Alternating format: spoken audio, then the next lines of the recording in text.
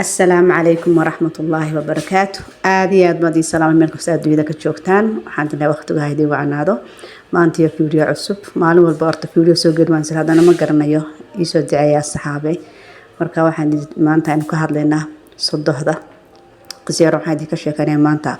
آدي هذا والله بالله البتاب هذا أنا مركا دنا كيكتو والله حجمد أي كشرته هو يوحي لهاي إن هو هاي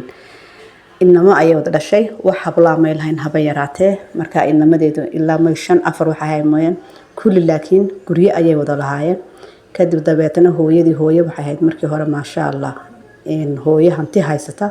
والعقل أيه هاي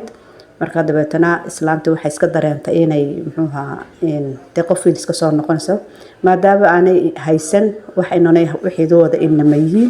وحيقو عن ستين دمركي إنما ده أيوة ده قبين إن تجابة كقاطو ويدبيتنا محوها أي بعده هالكي أي كنولان لهيد ده مركي وقت ويسكسر نقطي كدي مركا هبا يراتو حانو تيدي شيغيا hooyada inanka ha noqoto ama hooyada inanta dhashato wallahi waa isku mid adigu waa kolba sida aad ka dhigato way jiraan hooyooyin iska adag oo muxuu haayay ku adkaada inanta marka ay inankeedu soo guursato ay soo guursato kabada kadib iyadu waxa ay hooyadaas baarsa waxa laga yaabaa in aanay xumaan ka ahayn laakiin hadiyo goor hooyadu waxay doontaa inan adag oo muxuu haayay reerkeeda ka adag oo muxuu haayay inankeeda hanan karta oo de karti leh ayuun bay had iyo goor dhibaatadu ay ka bilaabataa marka dabeetana halkaas baa la iskaga dhacaawna inantuna u aragtaa in hooyadu ay daba gurayso marka waxa weeyaan hadii la waxan malaan in la isu samro hooyada marka ay hooyadu inan leedahay marka la saraaxa way kala duwan tahay waayada marka inan leedahay had iyo goor maba soo hawaysato guriga inankeeda had iyo goor inanteeda way iska ogta kala weynay inanteeda ay naxariis ka heliso marka hooyada inta badan xagga inanteedu bay u badataa ama iyadu inanteedu ha u timaado ama ba hala noolaatee marka aan ku noqono sheekada xagga inamada hooyadu waxay ka soo bilowday inankeedii weynaa markii ay ka soo bilowday habeenka ay soo hooyatay dabeetana guriga loo diyaariyay maqsinki waa loo goglo loo iska seexatay salaadii subax markay ahayd u kacday ayaa waxa dhacday in uu iska soo weysaysatay kadib halkii ay gogoshay ka toostay bustiheeda jiiftay bay biyo ku shubtay kale ka shubtay dootana maamad ay u soo gashay inankeedu qabay ay tir hooyayga raaliyahow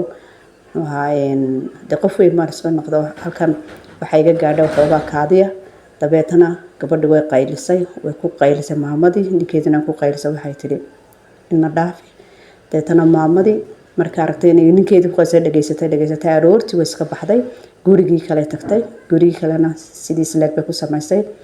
كينا سيديس لك بيدون ugu qayliday oo tiraan hooyada ma taxamil kara ma waxaan aan ku haynay ama waxaan u dul qaadan karaya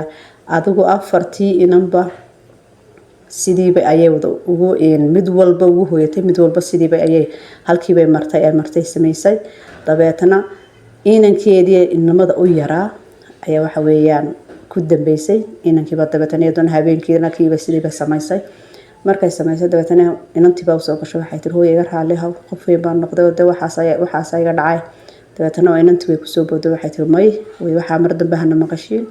imsaan wadushiina soo saarneen imsaan naga wadushiinaan wax walba ku sameeynayna imsaaduna muxuu ahay dhibaato walba noo soo marteen maanta waa markayga way mar dambe aan kelmadahay oo dhan inkana ciidina ma oge wixii bay dhaq siisay hagaajisay wada dhaq siisay dabeetana maamadii way aragtayna marka inantan inan wanaagsan tahay oo inantii maanta deehana leedahay lahayd ay tahay kadib marka inantii inan wax badan oo dhuuban bay heed baa leeyahay marka xatir hooyo gabadhan saaxiibnahay ayaan doonayaa muxuu haayay inaan alaabu geeyo sidaas oo kale u dhuuban marka qiyaaskaaga ay sheeg inantii qiyaaskeedii baa u sheegtay maamadii halkii dabeetana ku noqotay halkeedii dab hantideedii magaaladii wax aliyaala waxay inantaas dahab iyo dhar iyo adduun wax walba nooc walba u soo qaatay way ku soo noqotay inamadii kale iyo dumaradoodiina way isugu yeedhay waxay tir kaalaya anigu maanta maan gaarin waqtiga wax nijaasiga fakadaan oo sariirtayda aad ku aragtaan waxaan munaasab ahayn laakiin anigu waxaan raadinayaa halkan maadaama qof way soo noqonay halkii aan ku nasan lahaa ee hayn lahayd in baan idka dhex raadinayay intiina maanta waan helay وانا هبلايو كي magaceedu u sheegtay adduunyadiisina mid walba indhaha kala qaado waxa lagu leeyahay waxay ku noqotay filan waa markaa dabeetana hantidaydii aan lahaana waxay tiraa leeyahay inankii u yaraabahayo isaga ayaan maanta ku qoray maalinta ay tayda noqoto ee xaqii u yimaado isaga ayaa iska leh cid laba ku noqonaysa ma jirto maanta maxaynu ka baranaynaa in walayba inkastoo aad adagtay inkastoo ay aad aragtay inay kuu fiirsanayso waa hooyo weeyaan inanka aad jeclaatay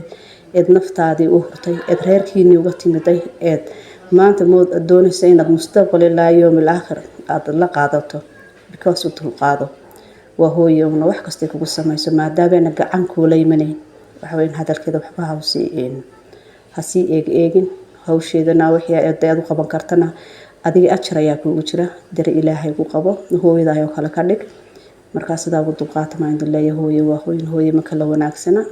marka waxa weeyaan bastade habluhu yiraahdaan hooyaday reerkayga ma dumisay inanka reerkiisa inanka hooyaday inanka dhashay way duminaysaa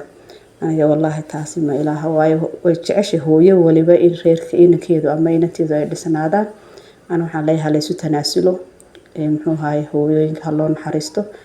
oo ka soo qaad hooyada waayo ninka ilmahaaga ayeedii weeyaan waxa la yiri nin baa bari ma hore u dhacday waxa la yiri aabihiintu soo qaadu geed dhigay baa la yiri geedkii markuu dhigay waxa la isagii markuu weynaado waxa lagu leeyahay inankiisii isagu dhalay baa isagana soo qadaa geedkan igu siiso geedka caynka ma yahay markaas uu yiraahday ha markaas uu igu soo noqon mayso or marka way nafsi baa waxa laga sheekeynaya waa nafsiguna waxa la yiri halkaad martuun baad halkii marka hore aad marisin buu kula soo maray adigana marka waxaan leeyahay hablo dumaro halaysu naxariisto hooyooyinka loo naxariisto adigu maanta dad inanka ku guursado hooyadii aad xumayso adba walaal ayaad la dhalatay walaalka birtoola inan ayuu keeni doonaa waxa laga yaabaa nafsigaad gasho ee hooyada hadii aad ku adkaato adigana hooyada sida loogu adkaan doono marka si aanay dhan walba wax walba inoogu wanaagsan oo khayrka la wada haysto ilaahayna wada siiyo halaysu dulqaato aad iyo aad baan idin salaamayaa waxaan dilaay channelka subscribe like tan saara insha Allah isu soo noqod wanaagsan meel kasta adduunyada ka joogta caafimaad iyo khayr ma idin rajeenayaa assalaamu calaykum wa rahmatullaahi wa barakaatuh